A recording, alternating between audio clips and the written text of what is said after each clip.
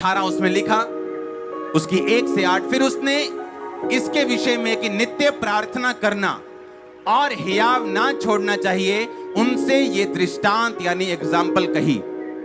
किसी नगर में एक न्यायी रहता था जो ना परमेश्वर से डरता और ना किसी मनुष्य की परवाह करता था। उस नगर में एक विधवा भी रहती थी, उसके पास आ आकर कहती थी, मेरा न्याय चुकाकर मुझे मुद्दई से बचा।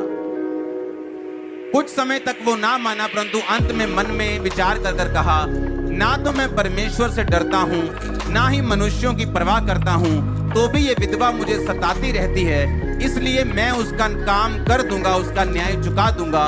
कहीं ऐसा ना हो कि घड़ी घड़ी आकर वो मेरे नाक में दम करे। प्रभु ने कहा, सुनो ये अधर्मी न्यायी क्या कहता है, इसलिए क्या परमेश्वर अपने चुने हुओं का न्याय नहीं करेगा? जो दिन रात उसकी दुहाई देते रहते हैं, क्या वो उनके विषय में देर करेगा? परमेश्वर ने कहा, अगर एक विधवा एक पापी के पास जाती है और पापी सोच रहा है कि ये बार बार मेरे नाक में दम कर रही है, मैं इसका काम कर ही देता हूं। परमेश्वर ने कहा, वो आदमी जो ना तो परमेश्वर की डरता है, ना किसी बंदे की परवाह करता है, रूखा सूखा आदमी, वो भी ये सोच रहा है कि मैं इस विधवा का काम कर दूंगा, क्योंकि ये बार बार मेरे पास आके मेरे नाक में नहीं तो दम करेगी। परमेश्वर ने कहा, सुनो ये अधर्मी न्यायी क्या कहता है। कहता, अगर अधर्मी न्यायी उसका न्याय कर सकता है, तो क्या जो दिन और रात मेरे नाम की दुहाई देते हैं, परमेश्वर कहता, क्या मैं उनके विषय में देर करूंगा? कई बार आपको सिंपल वचन देना बहुत जरूरी है, क्योंकि जब आप सुबह जाएंगे प्रार्थना में और परमेश्वर से मांगेंगे, इस तरह से नहीं मांगेंगे कि अगर आपकी प्रार्थना रिक्वेस्ट पूरी ना हुई तो आप विश्वास से हट जाएंगे, या पाप की राह को चुन लेंगे, या आप कुछ गलत स्टेप उठा लेंगे। इस तरह से नहीं।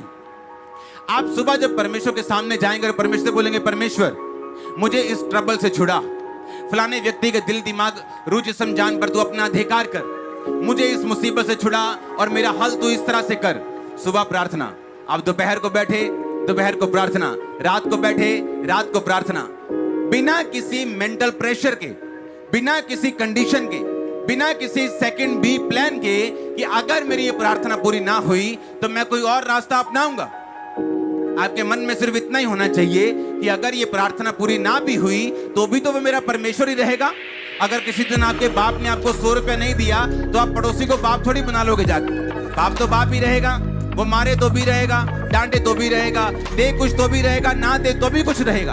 आमीन। इस तरह से जब आप मेहनत करनी शुरू करेंगे और अपने आप को आप परमेश्वर के सामने समर्पित करेंगे, ढूंढो तो पाओगे, यानी आप परमेश्वर को ढूंढेंगे, अपनी कमियों को ढूंढेंगे, वचन से ढूंढेंगे, चर्च आके सुनेंगे परमेश्वर क्या कहते हैं और खटखटाएंगे, यानी आप उस प्रार्थना को करना कभी भी छोड़ेंगे नहीं। कब तक खटखटाएंगे? जब तक परमेश्वर दरवाजा नहीं खोलता। परमेश्वर आपको इसमें एक सीक्रेट दे रहा है जो आपको बड़े ध्यान से समझने की जरूरत है। आप शायद समझ नहीं रहे इसको, वो आपको एक भेद दे रहे। उसने कहा, कहता वो बंदा जो अंदर बैठा है, इसलिए नहीं कि वो उसका दोस्त है उठकर रोटियां दे रहे, कहता उस शर्म छोड़ दी उसने और मांगता रहा। आप समझ रहे मेरी बात? कहता मांगो तो दिया। समझ आ रही कि नहीं? मेरे ख्याल से पूरे लोगों को नहीं आ रही, अभी भी आ रही क्या? आप समझो ध्यान से। उसने कहा, अंदर वाला बंदा बाहर वाले बंदे को 3 रोटियां इसलिए नहीं देने आया क्योंकि वो उसका दोस्त था, कि उसने अपने दोस्त को देनी है तो मेरा दोस्त मांग रहा है मैं जाके दे दूं। उसने कहा नहीं, वो इसलिए उसको उठना पड़ा क्योंकि उसने शर्म को छोड़कर मांगा। यीशु मसीह ने कहा, मांगो तो दिया। आपके दिमाग की बत्ती जलाने की कोशिश कर रहा है परमेश्वर, कि अगर एक बंदा शर्म खाकर उसको देने के लिए आया, परमेश्वर कहता मैं तुम्हें देने के लिए क्यों नहीं आऊंगा।